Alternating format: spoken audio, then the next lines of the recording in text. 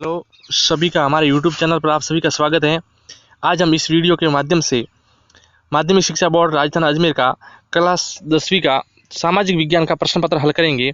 आपके board exam में किस प्रकार के प्रश्न आएंगे उसी लेवल का जो ये मॉडल पेपर है इसको हम एक एक प्रश्न का हल करते हैं। यदि आप हमारे वीडियो पे नए नए हैं तो हमारे यूट्यूब चैनल को प्लीज़ सब्सक्राइब कर दीजिएगा और साथ में बेल आइकन भी प्रेस कर दीजिएगा, जिससे आने वाला नया नोटिफिकेशन आपको जल्दी से जल्दी प्राप्त हो सके। इसके अंदर इस मॉडल पेपर के अंदर 4 खंड हैं, खंड अ, खंड ब, खंड स और खंड द, और कुल मिला के इसमें प्रश्न के हैं वो आपके 23 प्रश्न दे रखे हैं और इन 23 प्रश्नों का हम एक एक करके सभी का हल करेंगे। एक भी प्रश्न ऐसा नहीं होगा जो अपन नहीं कर पाएंगे, है ना। संपूर्ण प्रश्न पत्र हल करेंगे। देखिए, इस मॉडल पेपर के कुल प्रश्न हैं वो क्वेश्चंस दे रखे हैं 23 और इसका जो समय अवधि रहेगी आपके वह है 2 घंटे और 45 मिनट का और पूर्णांक रहेगा आपके 80 नंबर का। तो चलिए हम इस मॉडल पेपर के प्रश्नों को शुरू करते हैं। तो हमारा पहला प्रश्न दे रखा है खंड अ का। खंड अ के अंदर पहला प्रश्न दे रखा है, निम्न प्रश्नों के उत्तर का सही विकल्प का चयन कीजिए। सही विकल्प का चयन करना है। उसमें सबसे पहला प्रश्न दे रखा है, जलियांवाला बाग जो हत्याकांड निम्न में से कहाँ हुआ था। जलियांवाला हत्याकांड निम्न में से कहाँ हुआ था? लाहौर में हुआ था, अमृतसर में हुआ था, मद्रास में हुआ था या कोलकाता में हुआ था? तो इसका जो राइट आंसर है आप सभी को मालूम होगा, जो जलियांवाला जो हत्याकांड था वह अमृतसर में हुआ था। जर्मनी के एकीकरण का श्रेय किसे दिया जा सकता है? तो जर्मनी का जो एकीकरण का श्रेय है वह दिया जाता था ओटो वॉन बिस्मार्क को दिया जाता था, यानी इसका भी अ है वो प्रश्न राइट है हमारे, इसमें भी अ राइट रहेगा। अगला प्रश्न हमारा है तीसरा, ब्रिटेन वुड्स जुड़वा संतान किसे कहा जाता है? तो इसके जो जुड़वा संतान है वह किसे कहा जाता है? तो ये कहा जाता है अंतर्राष्ट्रीय मुद्रा कोष को कहा जाता है जुड़वा संतान, अंतर्राष्ट्रीय मुद्रा कोष को कहा जाता है।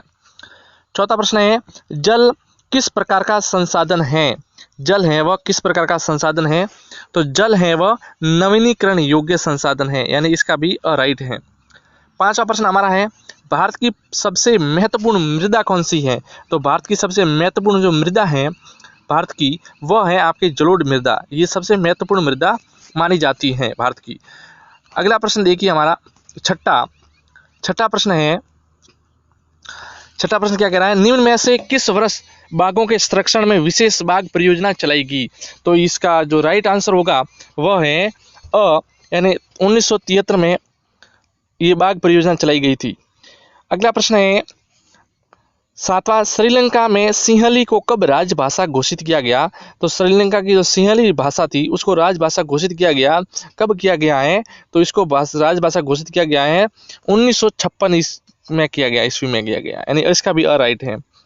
अगला प्रश्न है आठवां प्रश्न है, संघीय शासन व्यवस्थाएं कितने तरीके से संगठित होती हैं? तो संघीय शासक व्यवस्थाएं ये गठित होती हैं आपके 2 तरीके से गठित होती है। 9वां प्रश्न है, सांप्रदायिक राजनीति इस सोच पर आधारित होती है कि किस पर आधारित होती हैं? तो ये धर्म ही मुख्य रूप से सामाजिक समुदाय का निर्माण करती है, यानी इसका भी राइट हो जाएगा। अगला प्रश्न हमारा 10वां प्रश्न है, 2 या 2 से अधिक देशों के विकास की तुलना का उपयुक्त मापदंड क्या है? तो इसका उपयुक्त मापदंड है वह प्रति व्यक्ति आय, इसका उपयुक्त मापदंड रहेगा। 11वां प्रश्न है, एक वस्तु का अधिकांश प्राकृतिक प्रक्रिया से उत्पादन किस क्षेत्र की गतिविधि है? तो इसका भी राइट आंसर हो जाएगा प्राथमिक क्षेत्र की। 12वां प्रश्न है, सरकार द्वारा अवरोधों अथवा प्रतिबंधों को हटाने की प्रक्रिया क्या कहलाती है? तो ये प्रक्रिया कहलाती है उदारीकरण कहलाती है, सॉरी। इसके बाद में हमारा प्रश्न आता है दूसरा, खंड अ का दूसरा प्रश्न है। खंड अ के दूसरे प्रश्न में रिक्त स्थान वाले प्रश्न दे रखे हैं, रिक्त स्थान की पूर्ति करनी। प्राचीन काल में विश्व में दूरस्थ स्थित भागों के मध्य व्यापारिक एवं सांस्कृतिक संपर्कों का सबसे जीवित उदाहरण रूप में दिखाई देता है, तो इसका हो जाएगा बहुरूपिया, रिक्त स्थान में आ जाएगा। फिर दूसरा है, जनजातीय क्षेत्रों में रिक्त स्थान से बहुत अधिक वनों का विनाश हुआ है, तो कृषि भूमि, दूसरे में हो जाएगा कृषि भूमि। तीसरा हो जाएगा, तीसरे खर्चे में आएगा, जनसंख्या वृद्धि सामाजिक असमानता का एक रूप है जो प्रत्येक स्थान पर दिखाई देता है। अगला प्रश्न है, विश्व के विभिन्न देशों की तुलना करने का प्रमुख आधार माना जाता है। तो अधिक स्थान में आ जाएगा आपके आय होती है। पांचवा है, जब किसी कार्य में आवश्यकता से अधिक व्यक्ति लगे हो तो उसे आजीविका कहा जाता है। उसके बाद में अगला प्रश्न हमारा है कि परिसमितियों जैसे भूमि, भवन, मशीन एवं अन्य उपकरणों की खरीद की व्यय की मुद्रा को क्या कहलाती है। उसके बाद में तीसरा प्रश्न शुरू हो जाता है, अति लघुरात्मक प्रश्न है। ये आपको एक शब्द या एक पंक्ति में इनका उत्तर देना होता है। इसी प्रकार इसी पैटर्न पर आपके बोर्ड एग्जाम में प्रश्न पूछे जाते हैं, पूछे जाएंगे भी, और इसको ये महत्वपूर्ण प्रश्न है। आप इसमें से भी आ सकते हैं, इसलिए आप इसी को हल्के में ना लें। पिकेटिंग से आप क्या समझते हैं, तो इसका राइट आंसर हो जाएगा कि किसी बात को करने या रोकने के लिए पहरा देना या धरना देना, वो पिकेटिंग कहलाता है। रेशम मार्ग किसे कहते हैं दूसरा, तो रेशम मार्ग उसको कहेंगे, रेशम मार्ग प्राचीन काल और मध्यकाल में व्यापारिक सांस्कृतिक मार्गों का एक समूह था, जिसके मध्य से एशिया, यूरोप और अफ्रीका जुड़े हुए थे, जिसे रेशम मार्ग कहा जाता है। अगला प्रश्न है, यह कथन किसका है कि ईश्वर की मर्जी के अनुसार राष्ट्रीय मनुष्यों की प्राकृतिक इकाई है। यह कथन किसने कहा था, आप सभी को आता होगा। चौथा प्रश्न है, बहुउद्देशीय परियोजना का कोई एक लाभ देखिए। तो बहुउद्देशीय जो परियोजना होती है उनका प्रमुख लाभ क्या है, उनसे हमें लाभ क्या होता है। तो इस प्रकार की परियोजनाएं बाढ़ जैसे भयानक खतरे को रोकने में सहायक होती हैं। दूसरा है, इससे जल विद्युत का उत्पादन होता है। अगला देखिए पांचवा, भारत के मणिपुर राज्य में कीर्तन दहन कृषि को क्या कहा जाता है। तो मणिपुर राज्य में इस कृषि को कहा जाता है पामलू कहा जाता है। क्या कहा जाता है, इसमें पामलू कहा जाता है। इस कृषि को पामलू कहते हैं। अगला प्रश्न है हमारा, किस फसल को सुनहरा रेशा कहा जाता है। तो ये पटसन होती है, उसको सुनहरा रेशा कहते हैं, पटसन फसल को कहा जाता है। अगला प्रश्न हमारा, सत्ता की साझेदारी के किसी एक रूप का नाम लिखिए। तो सत्ता की साझेदारी का हो जाएगा छात्र संगठन, और दूसरा है यूनियन, मजदूरी यूनियन। ये दो हैं, आपको एक ही लिखना है। इसमें आप छात्र संगठन लिख सकते हैं या मजदूरी यूनियन लिख सकते हैं। नंबर है, अमेरिका में नागरिक अधिकार आंदोलन किसके नेतृत्व में चलाया गया था। तो अमेरिका का जो था जो आंदोलन, वह किसके नेतृत्व में चलाया गया था। तो ये मार्टिन लूथर किंग जूनियर के नेतृत्व में चलाया गया था। उसके बाद में अगला प्रश्न हमारा आता है कि एक पीछे छूट गया ना, ये छूट गया हमारा 8वां प्रश्न छूट गया कि संघीय शासन व्यवस्था का उद्देश्य बताइए। तो इसका उत्तर आप सुन लीजिए। इस प्रकार संघीय शासन व्यवस्था में से केंद्र सरकार ज्यादा ताकतवर होती है तथा दोहरे उद्देश्य हैं, देश की एकता हुआ करती है, ये इसका प्रमुख उद्देश्य है। फिर अगला प्रश्न है 10वां, एजेंडा 21 क्या है, 21 एजेंडा। तो इस एजेंडा 21 है वह क्या है, तो आप सुन लीजिए इसका उत्तर, दीर्घकालीन विकास उपकरण नामक नीतियों के आधार पर नीतियां बनाने के लिए सरकार नगर परिषदों का मार्गदर्शन करने के लिए एजेंडा 21 कार्यक्रम चलाया गया था। ये एजेंडा 21 है। उसके बाद में हमारा प्रश्न है अगला प्रश्न है 11वां क्या है कि प्रत्येक क्षेत्र की किन्हीं दो सेवाओं के नाम। प्रत्येक क्षेत्र में कौन कौन सी सेवा आती है। तो प्रत्येक क्षेत्र में परिवहन आता है, संचार के आता है, और बैंकिंग सेवाएं आती प्रत्येक क्षेत्र में आती है। 12वां प्रश्न है वैश्वीकरण का कोई एक लाभ। तो वैश्वीकरण का लाभ क्या है, सुनिए, नवीन तकनीकों का आगमन जीवन स्तर में वृद्धि एवं विदेशी विनियोजन का प्रमुख कारण है। ये है इसका प्रमुख लाभ। इसके बाद में चलते हैं हम अगले प्रश्न पे।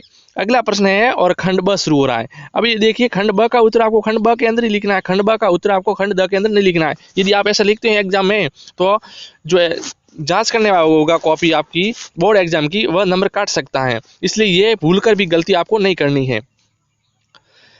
रीडर पेस्ट बीमारी से अफ्रीका पर क्या प्रभाव पड़ा है। तो रीडर पेस्ट बीमारी थी वह जो अफ्रीका में आई थी उसका प्रभाव क्या है। तो अफ्रीका में सन 1890 के दशक में रीडर पेस्ट नामक बीमारी तेजी से मवेशियों की बीमारी ने हजारों लोगों का जीवन को भाग्य बदल कर रख दिया। ये बीमारी है ये मवेशियों में आई थी और जिसके कारण कई लोगों का जीवन अस्त व्यस्त हो गया, क्योंकि वहाँ ज़्यादातर मवेशियों पर निर्भर थे अफ्रीका में। तो ये बीमारी वहाँ की भयंकर बीमारी थी। वर्तमान में जैसे कोरोना आया था वैसी वहाँ वो पशुओं में बीमारी थी। ग्रीम बंधु कौन थे, उन्होंने जर्मन राष्ट्रीय भावना के विकास में क्या योगदान दिए। तो ग्रीम बंधु कौन थे, तो इस समय जर्मन में अनेक राजनीतिक चिंतन और बुद्धिजीवियों का प्रादुर्भाव हुआ था, जो इसमें से एक थे स्टीन, है ना। ये था इनका प्रमुख योगदान रहा है। पूना पैक्ट पर संक्षिप्त टिप्पणी लिखी। तो पूना पैक्ट आप सभी को पता होगा कि ये पूना पैक्ट किसके मध्य हुआ था। तो पूना पैक्ट अथवा पूना समझौता, ये एक ही नाम है दोनों के, पूना पैक्ट के या पूना समझौता के। ये हुआ था भीमराव अंबेडकर एवं महात्मा गांधी के मध्य पुणे की एक येवरदा सेंट्रल जेल में 24 सितंबर 1932 में हुआ था। महात्मा गांधी और भीमराव अंबेडकर के बीच में हुआ था। अगला है 7वां, जैव और अजैव संसाधन क्या होते हैं, उदाहरण दीजिए। तो जैव संसाधन आप सभी को पता होगा कौन कौन से जैव संसाधन, इन संसाधनों की प्राप्ति जीव मंडल से होती है। वे संसाधन जिनकी प्राप्ति जीवन मंडल से होती है और इनके जीवन व्याप्त होता है, जैसे मनुष्य हैं, वनस्पति हैं, ये इसके उदाहरण हैं। अजैव क्या होते हैं, वे संसाधन जो निर्जीव वस्तुओं से बने होते हैं, जैसे चट्टान हैं, धातुएं हैं, ये अजैव संसाधन हो जाएंगे। सुभेद जातियों पर एक संक्षिप्त टिप्पणी लिखिए, 8वें का। तो 8वें का उत्तर हो जाएगा, जब किसी प्रजाति की जनसंख्या इतनी कम हो जाए कि उसके लुप्त होने की प्रबल संभावना हो तो उसे हम सुभेद जाति कहते हैं, प्रजाति कहते हैं। उसके बाद में हमारा प्रश्न आएगा 9वां प्रश्न क्या है, गहन जीविका कृषि से आप क्या समझते हैं, स्पष्ट कीजिए। जब खेती बड़े भूभाग पर और सघन आबादी वाले क्षेत्रों में की जाती है तो उसे गहन जीविका कृषि कहते हैं। सत्ता की साझेदारी क्यों आवश्यक है, तो देखिए लोकतंत्र में विवेकपूर्ण और नैतिक निर्णय लेने के लिए सत्ता की साझेदारी बहुत ही आवश्यक है मानी जाती है। अगला 11वां प्रश्न है, किस प्रकार बेल्जियम की सरकार एकात्मक प्रणाली से संघात्मक प्रणाली में बदली। तो इसका उत्तर हो जाएगा कि क्षेत्रीय सरकारें केंद्र सरकार पर एकात्मक न निर्भर रही। इस प्रकार बेल्जियम की सरकार एकात्मक प्रकार की सरकार से संघात्मक प्रकार की सरकार में परिवर्तन हो गई। उसके बाद हमारा प्रश्न आता है 12वां, टॉमी स्मिथ व जॉन कॉल्स ने रंग भेद के मुद्दे पर अंतर्राष्ट्रीय समुदाय पर ध्यान आकर्षित किया। 13वां है, धारणीता का नियम विकास के लिए क्यों महत्वपूर्ण है। विकास का मतलब केवल वर्तमान को खुशहाल बनाना नहीं बल्कि आने वाली पीढ़ियों के लिए एक बेहतर भविष्य बनाना भी है। अगला हमारा प्रश्न है 14वां प्रश्न क्या कह रहा है, देखिए 14वां है, असंगठित क्षेत्र की किन्हीं 2 विशेषताओं की व्याख्या कीजिए। असंगठित क्षेत्र, ऐसे क्षेत्र जिसमें बच्चों को काम देने वाले संस्थानों के आकार प्रकार और उनके जिनके कुछ ये भी घरेलू कामकाज हैं, मोटर शॉप हैं, ठीक है ना, परचून की दुकान है आदि पर जो कार्य करते हैं वे हैं असंगठित क्षेत्र के अंदर आएंगे। अगला प्रश्न है, हमारे देश में बहुत बड़ी आबादी निर्धन है, क्या इनके कर्ज लेने की क्षमता को प्रभावित करती है। तो हाँ, जब लोग गरीब होते हैं तो वे अधिक कर देते हैं। 16वां है, वैश्वीकरण प्रक्रिया में बहुराष्ट्रीय कंपनियों की क्या भूमिका है। तो इस कार्य में बहुराष्ट्रीय कंपनियां बहुत बड़ी महत्वपूर्ण भूमिका निभाती हैं। जब वे लोग अपनी इकाइयों संसार के विभिन्न देशों में स्थापित करते हैं तो इनकी भूमिका महत्वपूर्ण रहती है। इसके अलावा खंड स आ गया है, खंड स में प्रश्न दे रखे हैं आपके 17 से 20 और इनकी कुल जो शब्द सीमा है 100। 19वीं सदी के यूरोपीय उदारवादी राष्ट्रवाद से आपका क्या अभिप्राय है ना, ये है।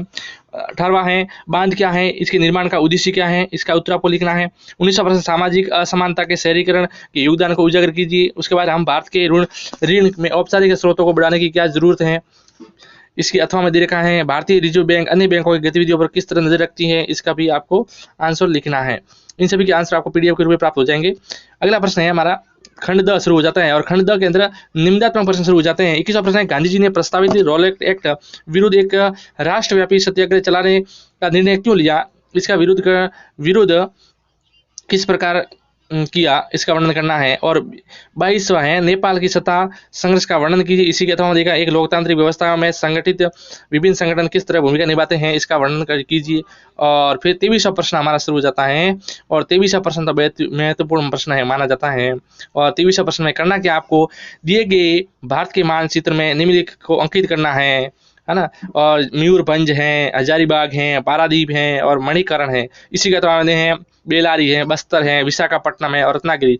इस भारत के मैप के अंदर इन चारों स्थानों को आपको अंकित करना है। यदि हमारे वीडियो को अच्छा लगे तो सब्सक्राइब कीजिएगा और साथ में अंगूठा भी दबा दीजिएगा। जय हिंद, धन्यवाद। इसके साथ में ये आपको इसके प्रश्नों के उत्तर हैं, ये यहाँ वीडियो के अंदर आपको दे रखे हैं, लिखित हैं। आप इन प्रश्नों के उत्तर एक एक को प्रश्न को देख देकर इनका उत्तर आप अपनी नोटबुक में लिख दीजिए और साथ में इसको याद भी कर दीजिए। इस प्रकार के प्रश्न हैं। सभी प्रश्नों के उत्तर मैंने इस यहाँ वीडियो के अंदर दे रखे हैं। आप प्रत्येक प्रश्न का उत्तर आराम से वीडियो को रोक रोक कर धीरे धीरे सब प्रश्नों के उत्तर आप लिख दीजिए। इस प्रकार के प्रश्न आएंगे, इनके सभी के उत्तर हैं।